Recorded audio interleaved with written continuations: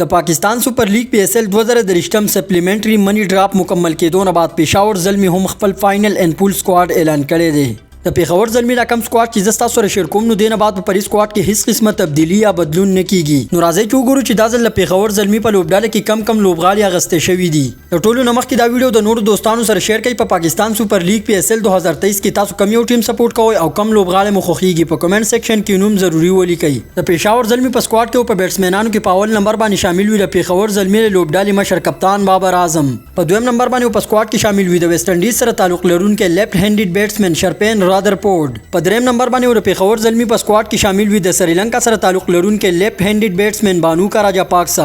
په څلورم نمبر باندې د پېښور زلمي په سکواډ کې شامل وي د انګلند سره تعلق لرونکي رائټ هینډډ بیټسمن ټام کولر کډمور. په پنځم نمبر باندې د سکواډ حصہ وي د کراچۍ سره تعلق لرونکي لیفټ هینډډ بیټسمن سایم ایوب. په شپږم نمبر باندې په سکواډ کې موجود وي وکټ کیپر بیټسمن حسیب الله خان. په اوم نمبر باندې یو بل وکټ کیپر بیټسمن محمد حارث شامل دی. نمبر باندې د سکواډ حصہ وي میډل آرډر بیټسمن حارث سہیل. په لسم نمبر باندې په سکواډ کې شامل دی د نیوزیلند سره تعلق لرونکي آل راونډر جیمز نیشم. په 11 نمبر باندې په سکواډ کې شامل وي د ویسټ انډیز سره تعلق لرونکي آل راونډر رومن فاول. په 12 نمبر باندې د سکواډ حصہ وي آل راونډر دانش عزیز. په 14 نمبر باندې د پېښور زلمي په سکواډ کې موجود وي فاست بولر آل راونډر عامر جمال. د پېښور زلمي په سکواډ کې به شامل وي د افغانستان سره تعلق لرونکي د دنیا یو بهترین آف سپینر مجیب الرحمن. په 15 نمبر باندې د پېښور زلمي په سکواډ کې شامل وي وایس کیپټن فاست بولر وهاب ریاض. ورپسې په سکواډ کې شامل وي فاست بولر ارشد اقبال.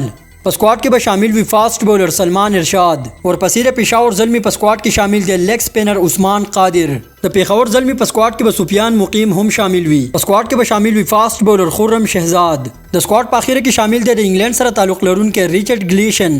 نو دا د پېښور زلمي پول ان فائنل سکواډ د پاکستان سپر لیگ PSL 2023 لپاره. نو زیاتو مرګرو کمنټونه کړي چې د پېښور زلمي په سکواډ باندې ویډیو جوړه کما په مخ کې ویډیو هم جوړ کړی و خو بیا د PSL ریپلیسمنت ډراپ وشو د پېښور زلمي کې 2-3 کلالیان نور واغستې شو. نو دا د پېښور زلمي پول ان فائنل سکواډ وو. دینه بعد بر پېښور زلمي په سکواډ کې هیڅ قسمه تبدیلی یا بدلون نه کیږي. دین علاوه که تاسو ملتان سلطان اسلام آباد یونایټډ کراچي کینګز ټویټا ګلیډیټرز یا لاهور کلندر سکواډ کتل غواړئ نو موږ په ویډیو جوړ کړی دا. تاسو زمونږ د پیج وزټ وکړئ زمونږ پیج اوپن کړئ نو تاسو پکې د اسلام آباد یونایټډ ټویټا ګلیډیټرز لاهور یا کراچي سکواډ میلاو شي. د داسې نورو کرکټ معلوماتو لپاره زمونږ یوټیوب چینل سبسکرایب کړئ پیج فالو کړئ. ډیره مننه.